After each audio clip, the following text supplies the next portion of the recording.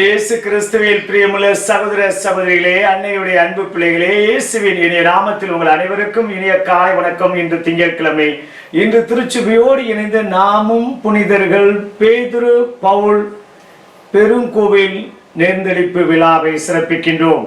ஆம் பிரியமான சகோதர சொல்லி, இந்த அருமையான இனிமையான நாளில் இந்த புனிதர் ராயப்பர் சின்னப்பருடைய பேராலய நேர்ந்தெடுப்பு விழாவை சிறப்பித்துக் கொண்டிருக்கக்கூடிய இந்த சூழ்நிலையில இந்த மாபெரும் இரண்டு புனிதர்கள், திருச்சபையுடைய இரண்டு கண்கள், இரண்டு தூண்கள், இரண்டு உழைப்பாளிகள், இரண்டு தலைமைத்துவம் பெற்றவர்கள் என்று சொன்னால் அது மிகையாகாது. இன்றைய நாளில் புனித ராயப்பருடைய அந்த தலைமைத்துவத்தையும் அந்த சின்னப்பருடைய வழிநடத்தலையும் இந்த நாளில் நாம் சிறப்பிக்க வேண்டும்.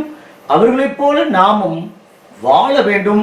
நற்செய்திக்காக தன்னுடைய உயிரையும் தியாகம் செய்ய வேண்டும் என்பதை இந்த நாளில் நினைவூட்டுகிறது.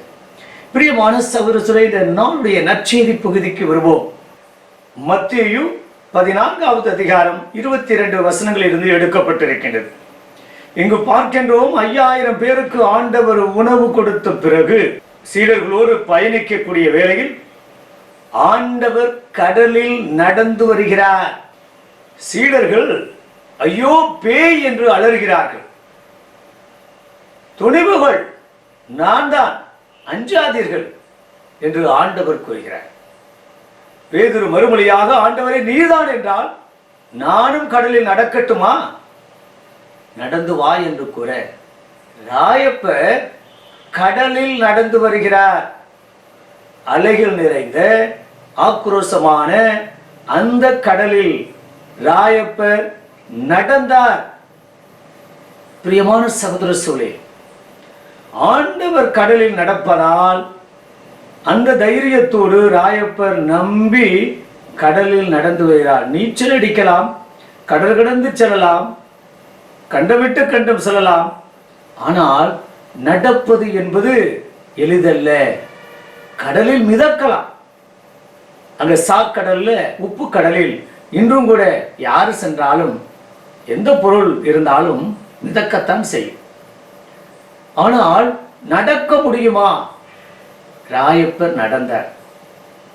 ஆண்டவர் நம்பிக்கை வைத்தார். ஆண்டவரே நீர்தான் என்றால் நானும் நடக்கின்றேன் என்று நடந்து வருகிறார். வந்தவருக்கு திடீரென்று பயம், திடீரென்று ஒரு அச்சம், திடீரென்று ஒரு தயக்கம். அந்த தயக்கத்தால் அவர் மூழ்கிறார். அந்த நிலையில ஆண்டவர் அவரை கரம் பிடித்து தூக்குகிறார். நம்பிக்கை குன்றியோனே, ஏன் பயப்படுகிறாய்? ஏன் உனக்கு இந்த சந்தேகம்? நான் என்று சொல்லி நீ நம்பிக்கையோடு நடந்து வந்தாயே, உனக்கு ஏன் இப்படிப்பட்ட ஒரு அவநம்பிக்கை என்று கரம் பிடிக்கின்றார். பிரியமான சகோதர சொல்லே, இந்த நாளிலும் கூட எவ்வளவுதான் நற்கரணை வாங்கினாலும், எவ்வளவுதான் திருப்பலியில பங்கேற்றாலும், எவ்வளவுதான் திருச்சபை கோட்பாடுகள், என்னதான் நம்ம முறையான மறைக்கல்வி பயின்றிருந்தாலும், விசுவாசம் என்று வருகின்ற போது, நம்பிக்கை என்று வருகின்ற போது இன்னும் அவநம்பிக்கையோடும் சோர்ந்து போறோம், தளர்ந்து போறோம், நம்பிக்கை இல்லாத ஒரு சூழ்நிலை. பிரியமான சகோதர சொல்லி, இன்றும் கூட நம்ம ஒரு இடத்துல இருந்து கரிசோறு எடுத்துட்டு போகணும்னா நம்ம என்ன செய்யறோம்? செல்லு வழியில பேய் அடிச்சிரும், பிசாசு அடிச்சிரும். ஆகையால அந்த பேயை ஓட்ட, அந்த பிசாசை ஓட்ட என்ன செய்கிறோம்? கறிக்குட்டையை வைக்கிறோம், மிளகாயை வைக்கிறோம், விளக்கமாத்து குச்சியை உடைச்சு வைக்கிறோம். அந்த விளக்கமாத்து குச்சிக்கும் கறிக்குட்டைக்கும் அந்த மிளகாய்க்கு இருக்கக்கூடிய பவர் கூட நமக்கு இல்லை. சிறப்பான விதத்தில் நம்ம ஏற்றுக்கொண்ட அந்த நற்கருணை ஆண்டவருக்கு கூட அந்த பவர் இல்லை என்பதுதான் நம்முடைய விசுவாசம். அன்று ஆண்டவரை பேய் என்றல்லவா நினைத்தார்கள். ஆண்டவரையே பேய் என்று நினைக்கின்ற போது நாம பேய் என்னான்னு நினைப்போம். பிரியமான சகோதர சொல்லி, பேய்க்கு தின்பண்டங்களும் பிரியாணியும், மட்டன் பிரியாணி, சிக்கன் பிரியாணியும், மாமிசம் தான் பேய்க்கு பிடிக்குமா? பேய் நம்மளை போல சீப்பானது அல்ல, திங்கிறதுலே இருக்கிறோம். ஆனா அதை விட அந்த சக்தி, அந்த ஆற்றல் அபரிதமானது. அதை நாம் நினைத்து பார்ப்பதில்லை. பிரியமான சகோதரர்களே, நற்கனை ஆண்டவர் எங்கே? நம்முடைய விசுவாசம் எங்கே?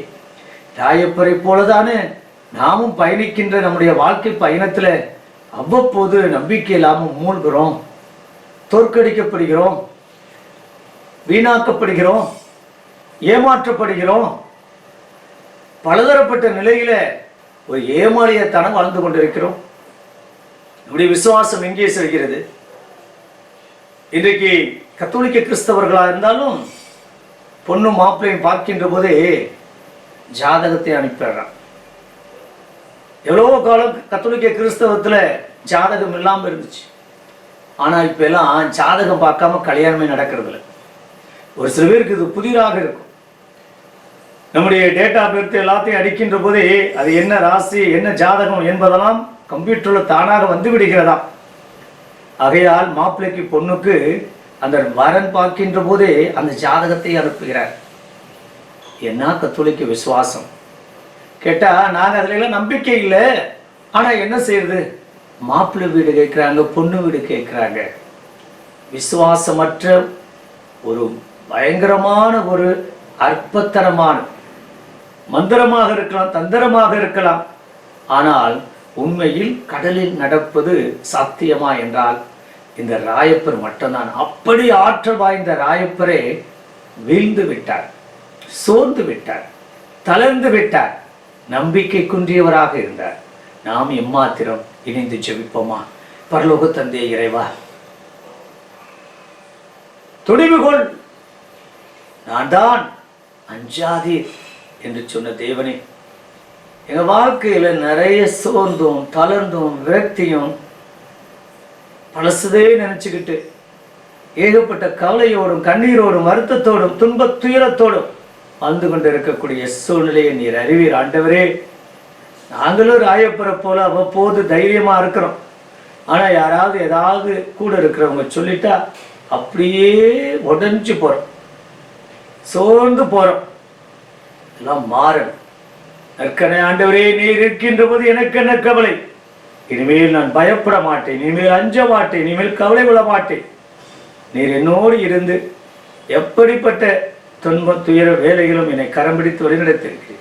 எத்தனையோ சூழ்நிலைகள் கூட என்னை இன்னும் கரம் பிடித்து இன்னும் நீ வாழ வேண்டும், வாழ வேண்டும் என்று ஆசீர்வதிக்கக்கூடிய நல்ல தேவனை, தொடர்ந்து என்னை என் குடும்பத்தாரை இது மூழ்கக்கூடிய சூழ்நிலை, உடல் ரீதியான, பொருளாதார ரீதியான, தொழில் ரீதியான, பலதரப்பட்ட உறவு ரீதியான சூழ்நிலையை நான் மூழ்கி கொண்டிருக்கிறேன், தத்தளித்து கொண்டிருக்கின்றேன்.